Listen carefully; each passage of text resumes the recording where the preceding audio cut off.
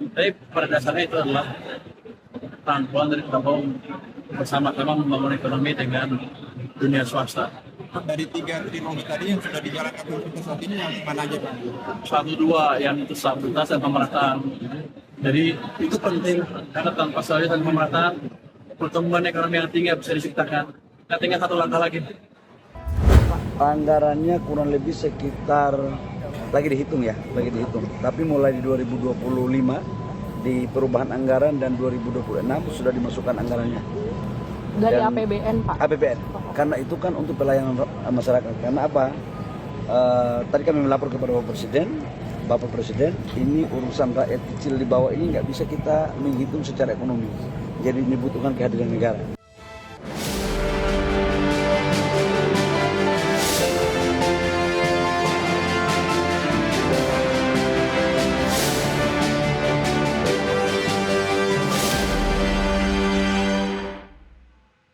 Selamat siang pemirsa IDEX Channel, kembali berjumpa dalam IDEX First Session Closing. Sejumlah informasi dari dunia ekonomi dan bisnis akan kami sajikan untuk Anda. Bersama saya Vina Munawar, inilah IDEX First Session selengkapnya.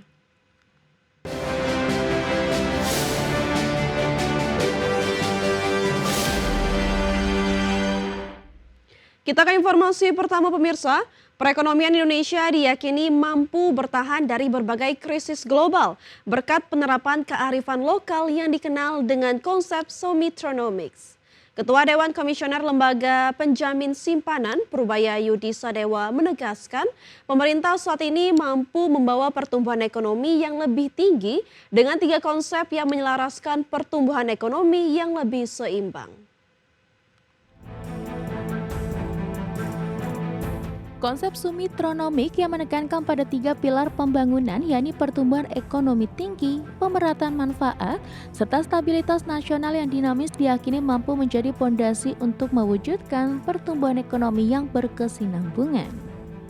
Menurut Ketua Dewan Komisioner LPS Purbaya Yudi Sadewa, secara konsep, penerapan Sumitronomik terbukti efektif saat krisis global 2008 maupun pandemi COVID-19. Pada kedua periode tersebut, Indonesia berhasil pulih cepat karena fokus menjaga permintaan domestik, ketersediaan likuiditas, dan kebijakan yang responsif. Dengan pengalaman tersebut, Purbaya optimistis target pertumbuhan ekonomi Indonesia sebesar 5,4% pada 2026 sangat realistis. Apalagi dengan peran serta investor dan pengusaha yang menjadi tulang punggung sektor swasta, maka pertumbuhan 7 atau 8% bukanlah sekedar mimpi belaka. Tapi pada dasarnya itu adalah rangkuman dari Prabowo bersama-sama membangun ekonomi dengan dunia swasta. Dari 3 trilogi tadi yang sudah dijalankan untuk saat ini yang mana aja Pak? Satu dua yang itu stabilitas dan pemerataan.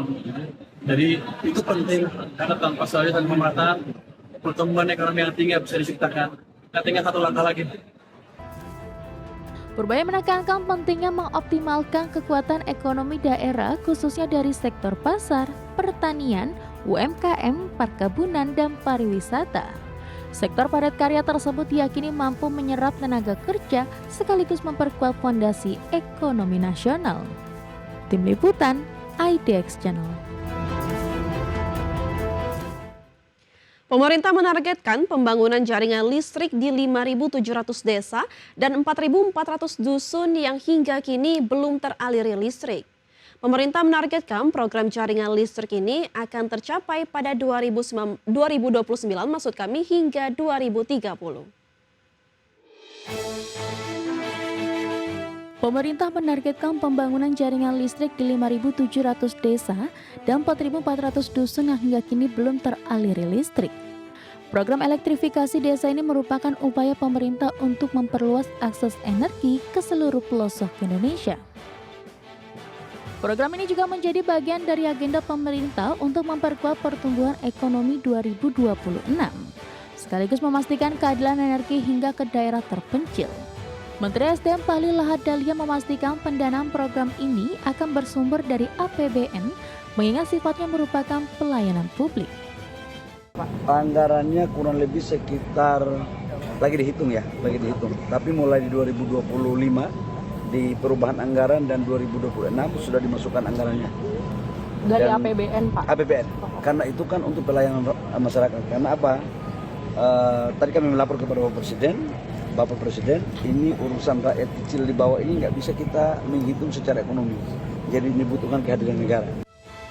Pemerintah menargetkan program jaringan listrik di 5.700 desa dan 4.400 dusun ini akan tercapai pada 2029 hingga 2030. Dari Jakarta, Tim Liputan IDX Channel. Pemirsa, Badan Pangan Nasional buka suara menanggapi kelangkaan beras di pasar modern yang disertai lonjakan harga.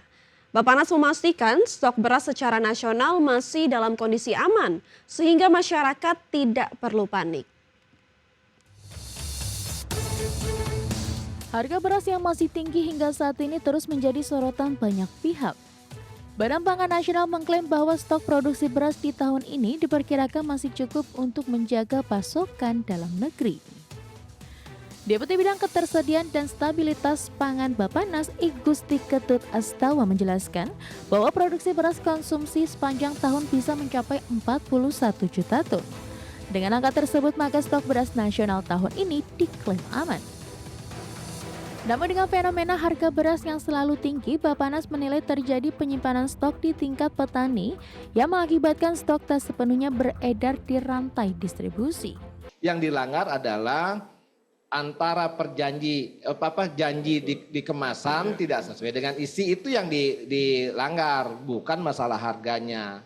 Jadi ini yang harus kita clearkan dulu sekali lagi. Dari sisi produksi sampai akhir Desember dengan asumsi tadi, kami pakai pegangan rata-rata dulu ya, karena KSA belum keluar.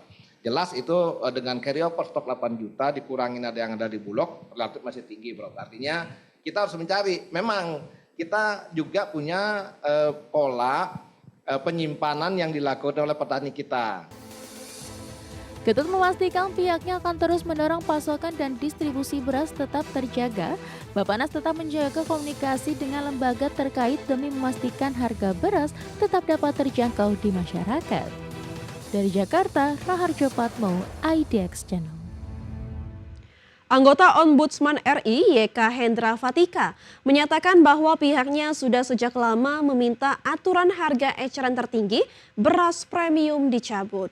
Menurutnya perlu ada formulasi baru terkait harga beras agar lebih efektif. Saat ini harga eceran tertinggi beras premium masih berlaku sebesar 14.900 per kilogram untuk zona 1. Sementara itu, pemerintah masih memproses penghapusan harga eceran tertinggi untuk beras premium dan medium. YK menambahkan saat itu Bappenas tidak bisa menghapus harga eceran tertinggi karena adanya permintaan dari kepala negara. Meskipun demikian, ia tidak memperpanjang pembahasan ini. Menurutnya pengusaha beras seharusnya tidak dibebani oleh harga eceran tertinggi yang diatur pemerintah. Ia berpendapat bahwa sebagian harga beras premium lebih baik dilepas ke mekanisme pasar. Oleh karena itu, HT premium dan medium layak dievaluasi. Nah, bagaimana cara mengevaluasinya? Pertama yang jelas kita harus pastikan dulu permasalahan inti sebenarnya apa. Nah, pertama persoalan ketersediaan sekarang ini yang jelas produksi beras nasional itu sebetulnya pas-pasan saja. Jadi kalau misalnya produksinya 31 juta ton, konsumsinya 31 juta ton, produksi ataupun ketersediaan beras itu ya hanya untuk mencukupi kebutuhan. Pemirsa, kami akan kembali usai jeda berikut ini. Tetaplah bersama kami di IDX First Session Closing.